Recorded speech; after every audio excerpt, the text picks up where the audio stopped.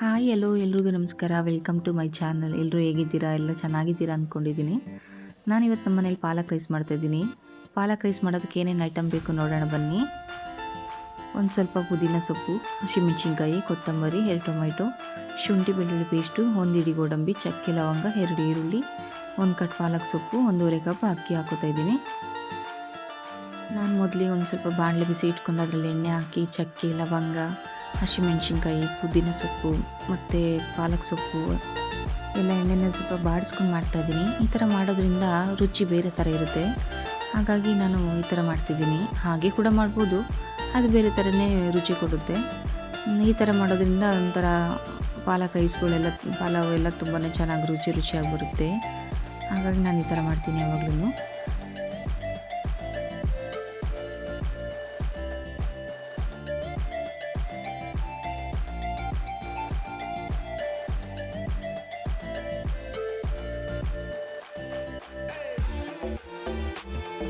ಇದೆಲ್ಲ ಸ್ವಲ್ಪ ಎಣ್ಣೆನಲ್ಲಿ ಸ್ವಲ್ಪ ಬಾಡಿದೆ.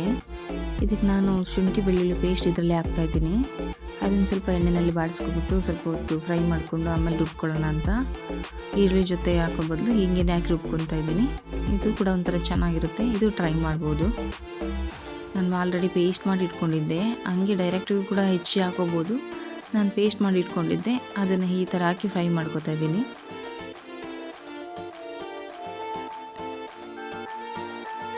ಕುಕ್ಕರ್ ಬಿಸಿ ಇಟ್ಕೊಂಡು ಅದಕ್ಕೆ ಸ್ವಲ್ಪ ಎಣ್ಣೆ ಹಾಕಿ ಅದಕ್ಕೆ ಚಕ್ಕೆ ಲವಂಗ, ಗೋಡಂಬಿ ಮತ್ತು ಈರುಳ್ಳಿ ಎಲ್ಲ ಹಾಕಿ ಚೆನ್ನಾಗಿ ಫ್ರೈ ಮಾಡ್ಕೊತಾ ಇದ್ದೀನಿ.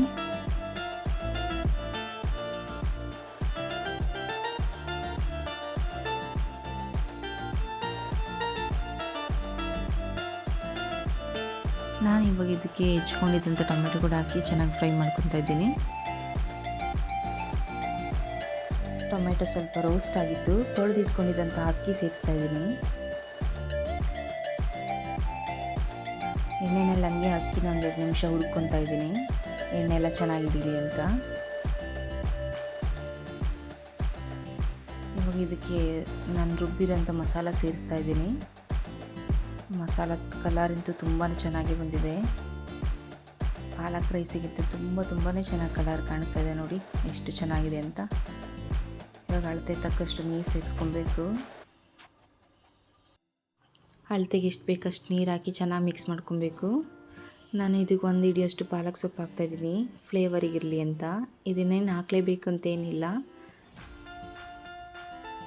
ರುಚಿಗೆ ತಕ್ಕಷ್ಟು ಉಪ್ಪು ಹಾಕಿ ಇದಕ್ಕೊಂದು ಸ್ಪೂನ್ ತುಪ್ಪ ಹಾಕಿ ಚೆನ್ನಾಗಿ ಮಿಕ್ಸ್ ಮಾಡಿ 2 ವಿಶಿಲ್ ಹೊಡ್ಸಿದ್ರೆ ಸಾಕು.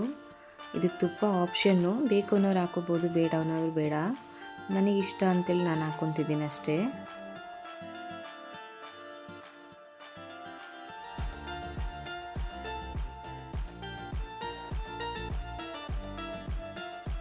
ಕುಕ್ಕರ್ ಮುಚ್ಚಳ ಮುಚ್ಚಿ 2 ವಿಶಿಲ್ ಹೊಡಿಸ್ತಾ ಇದ್ದೀನಿ. ಇವಾಗ 2 ವಿಶಿಲ್ ಆಗಿದೆ.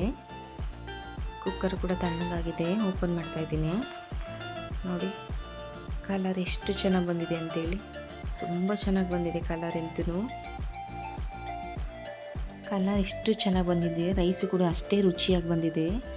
ನಾನು ಯಾವುದೇ ರೀತಿ ಇದಕ್ಕೆ ಜಾಸ್ತಿ ಮಸಾಲೆಗಳು ಪೌಡ್ರುಗಳು ಯೂಸ್ ಮಾಡಿಲ್ಲ. ಹಾಗಾಗಿ ಈ ರೈಸ್ ಅಂತೂ ತುಂಬ ಚೆನ್ನಾಗಿ ಟೇಸ್ಟಿಯಾಗಿ ಬಂದಿತ್ತು.